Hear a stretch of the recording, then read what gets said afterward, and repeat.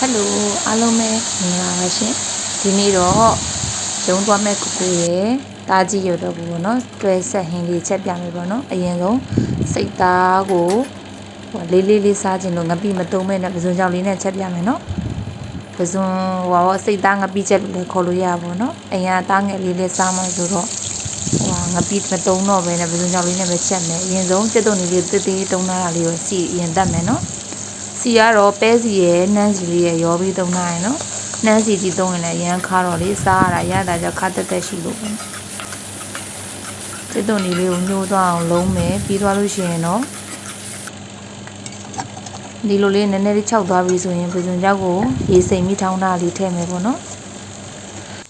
စစ်သွန်လေးလည်းညှိုးပြီးဆိုလို့ရှိရင်အယောင်တင်လေးထည့်မယ်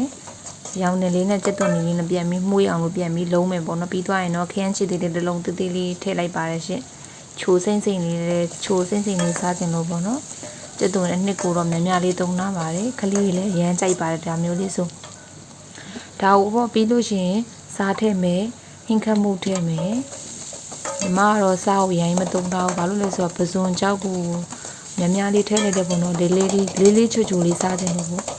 ပြီးတော့လို့ရှိရင်ဒီအနှစ်ကိုလေရေအများကြီးနဲ့မချက်ဘူးပေါ့နည်းနည်းလေးရေလေးကိုလုံးရေလေးနည်းနည်းတွတ်ပြီးတော့မှမှုေးနောင်စီတက်တာပေါ့နော်ပြီးတော့မှဒီစိတ်သားကိုလည်းအရန်ကြီးရမတုံးမနဲ့တေးလေးပေါ့နော်ရုံသွားမဲ့လူတွေရှိတဲ့ခါကျတော့အချိန်ရအောင်အများကြီးများတဲ့အတွက်တေးလေးတွေချက်တယ်ပြီးရင်စိတ်သားကိုစားဟင်းခတ်ဖို့နွင်းတမ်းမြသီးလေးညှစ်ပြီးတော့နေရတယ်ပေါ့နော်ဘာလို့ဆိုတော့တမ်းမြသီးအသားရည်တွေကိုညှစ်ပြီးထည့်ချက်မယ်ဆိုရင်ပိုပြီးနူးလေတယ်ပေါ့နော်ဒီတမ်းမြသီးနေရာမှာဗင်တီကာအချင်းကြီးတွေပါလေတုံးလို့ရတယ်ဒါပေမဲ့အရင်ကလေးရောရှိတယ်အဲ့ဒါမတုံးတော့ဘဲနဲ့တဘာဝတံမြလေးကိုညှစ်ပြီးတုံးလိုက်တာပေါ့နော်ဒီလိုပုံစံလေးဖြစ်သွားပြီဆိုလို့ရှိရင်တော့ရေက3ရေလောက်ဆိုရင်တော့ဒါကောင်းလေးချက်ပြီးစားလို့ရတယ်ပေါ့နော်ကဲဒီနေထားလေးရပြီဆိုလို့ရှိရင်လေးပင်လေးနဲ့ရမ်းစားလို့ကောင်းတဲ့စိတ်သားငပိချက်လေးပေါ့နော်ငပိချက်လေးရပါပြီဒါလေးနဲ့တွဲဖက်ပြီးစားဖို့ပြီးအရွက်ဆုံးဟင်းရွက်ပေါ့အပိန်ချက်လေးချက်မယ်ပေါ့နော်ရွက်စုံထဲမှာကျတော့စူပုတ်ရွက်လေးလည်းတုံထားတယ်ပဲတီ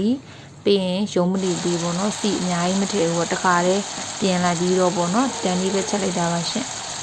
လိုက်ပြီးချက်စားကြည့်ကြပါပြီးသွားလို့ရှိရင်နောက်ဆုံးပဲချက်လို့ရှိရင်တော့ကလော်ဒီလေးအုပ်လိုက်တာပေါ့နော်အရင်စားလို့ကောင်းတဲ့တွဲပိုင်လေးရပါပြီရှင်အားလုံးကျေးဇူးများတင်ပါတယ်